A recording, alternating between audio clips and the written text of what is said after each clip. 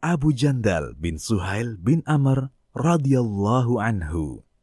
Abu Jandal bin Suhail bin Amr adalah salah seorang sahabat muhajirin. Ia bersama sahabat yang tertindas bersamanya di Mekah, Abul Bashir, gigih berjihad melawan kafir Quraisy.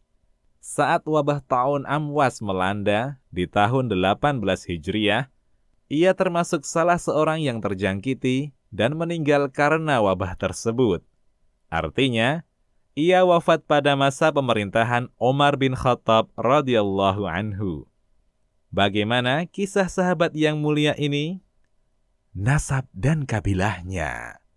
Namanya adalah Abu Jandal. Ia putra dari tokoh Quraisy yang bernama Suhail bin Amr bin Abdus Syams.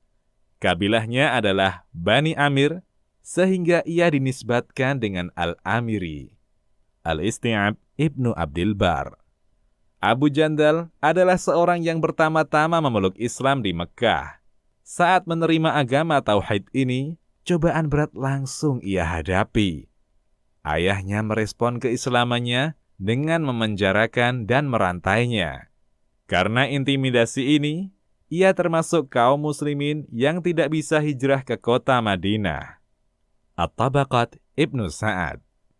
Ayahnya adalah juru runding Quraisy dalam peristiwa Hudaybiyah. Saat menaklukkan kota Mekah, sang ayah memeluk Islam dan menjadi salah seorang sahabat Rasulullah yang baik keislamannya. Bersama Rasulullah. Saat perjanjian Hudaybiyah tengah ditulis, tiba-tiba Abu Jandal bin Suhail muncul. Ia datang menemui Nabi Sallallahu Alaihi Wasallam dan para sahabat dalam keadaan terbelenggu dengan besi. Melihat kedatangan anaknya yang melarikan diri, Suhail bin Amr murka dan langsung menamparnya. Suhail memiting kerah baju anaknya dengan kasar sambil berkata, "Muhammad, perjanjian antara kami denganmu telah ditetapkan dengan tegas sebelum dia ini datang." Nabi menjawab, "Engkau benar." Lalu Abu Jandal berteriak sekencang-kencangnya, "Hai kaum muslimin, apakah aku dikembalikan kepada orang-orang musyrik? Mereka akan berbuat sesuatu agar aku murtad." Perlu diketahui, di antara poin perjanjian Hudaybiyah adalah, jika seorang laki-laki dari Mekah datang kepadamu, Nabi SAW, walaupun ia telah memeluk Islam, maka engkau harus mengembalikannya kepada kami, kaum Quraisy. Saat Abu Jandal muncul, poin ini telah disepakati. Sehingga, meskipun berat bagi Rasulullah membiarkan sahabatnya kembali ke tengah orang-orang musyrik, beliau tidak mau melanggar perjanjian yang telah disepakati. Beliau hanya mampu berpesan kepada Abu Jandal, "Abu Jandal, bersabarlah dan berharaplah pahala dari Allah atas ujian yang kau hadapi. Sungguh, Allah akan memberikan kebahagiaan dan jalan keluar untuk engkau dan orang-orang yang lemah sepertimu. Mereka telah sepakat membuat perjanjian dan kita tidak mungkin mengkhianatinya." Asadul Ghabah Ibnul Athir. Bersama para sahabat.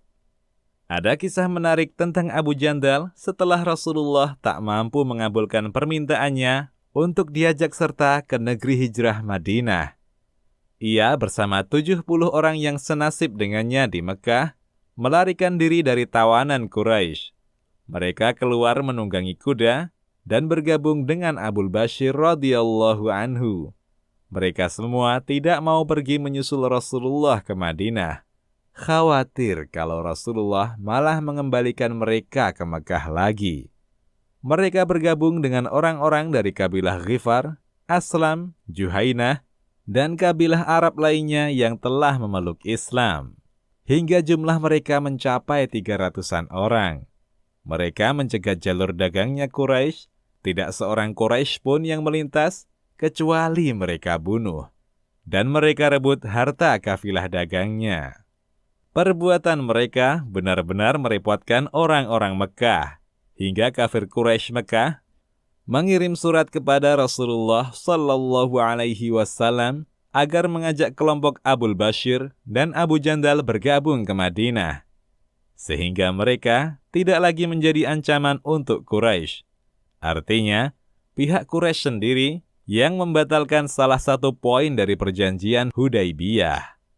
Rasulullah mengirim surat kepada Abu Jandal dan Abul Bashir agar menemui beliau di Madinah, kemudian bergabung bersama saudara-saudaranya, kaum muslimin di negeri hijrah tersebut. Beliau juga meminta agar mereka tak lagi memberikan ancaman untuk kafilah Quraisy.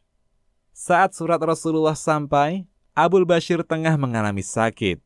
Ia pun meninggal dalam keadaan membaca dan menggenggam surat Rasulullah Sallallahu Alaihi Wasallam.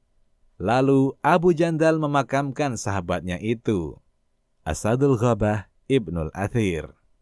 Wafatnya Abu Jandal. Abu Jandal wafat di Syam saat dunia Islam tengah dilanda wabah taun Amwas. Tepatnya di tahun 18 Hijriah, di masa pemerintahan Umar bin Khattab radhiyallahu anhu. Al-Mustadrak. Demikian, Allahu a'lam.